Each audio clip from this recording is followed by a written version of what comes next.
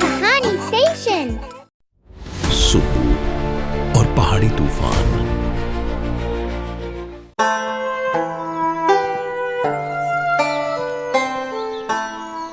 सुब्बू गांव का एक आम लड़का नहीं था।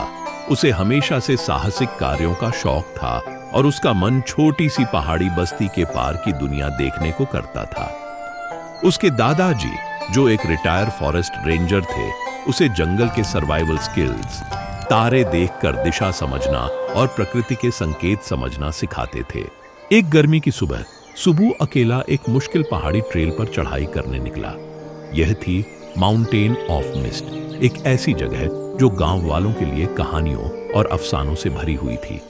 उसके पास एक छोटा बैकपैक, एक कंपास, टॉर्च और एक सीटी थी। जंगल की घनी छाया के बीच से होते हुए वह नदियों और पत्थर की राहों को पार कर रहा था। हवा ठंडी थी और चिड़ियों के मधुर स्वर उसका साथ दे रहे थे। जब वह एक ऊंची घाटी पर पहुंचा तो काले बादल आसमान में तेजी से मंडराने लगे। हवा तेज हो गई और आसमान से जोर की बारिश होने लगी। बिजली चमक रही थी और पहाड़ियां जगमगाती दिखी। सुब्बू का रास्ता छुप छुप कर कीचड़ भरे जंगल में बदल गया और एक अचानक आई लैंडस्लाइड ने उसके लौटने का रास्ता बंद कर दिया। अब वह अकेला और फंसा हुआ था। सुब्बू का दिल तेज धड़क रहा था, लेकिन उसने दादाजी की एक बात याद रखी, शांत रहो। उसने एक छोटी सी गुफा ढूंढी और वहां खुद को शेल्टर दिया। सीटी बजाकर मदद मांगने की कोशिश की, लेकिन जवाब नहीं मिला। जब रात हुई, उसने अपने वाटरप्रूफ पाउच में रखे कुछ सूखे लकड़ी के टुकड़े जलाकर आग लगाई। आग की गर्मी ने उसे तेज ठंड से बचा लिया।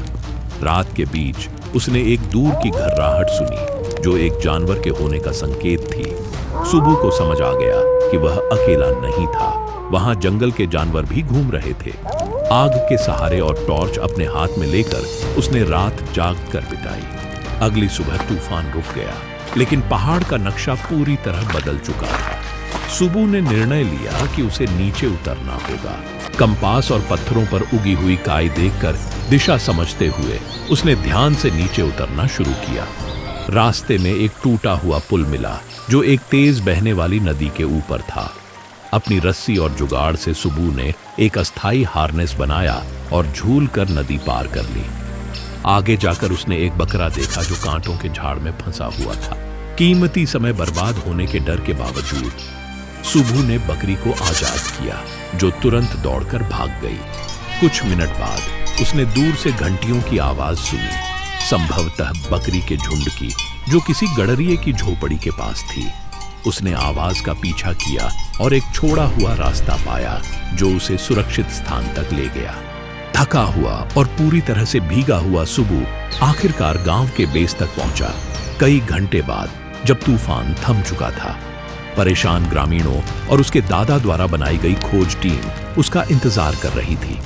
सुब्बू की बहादुरी और समझदारी की कहानी जल्दी ही फैल गई, जिससे उसे सम्मान और तूफान अन्वेषक, द स्टॉर्म एक्सप्लोरर का उपनाम मिला।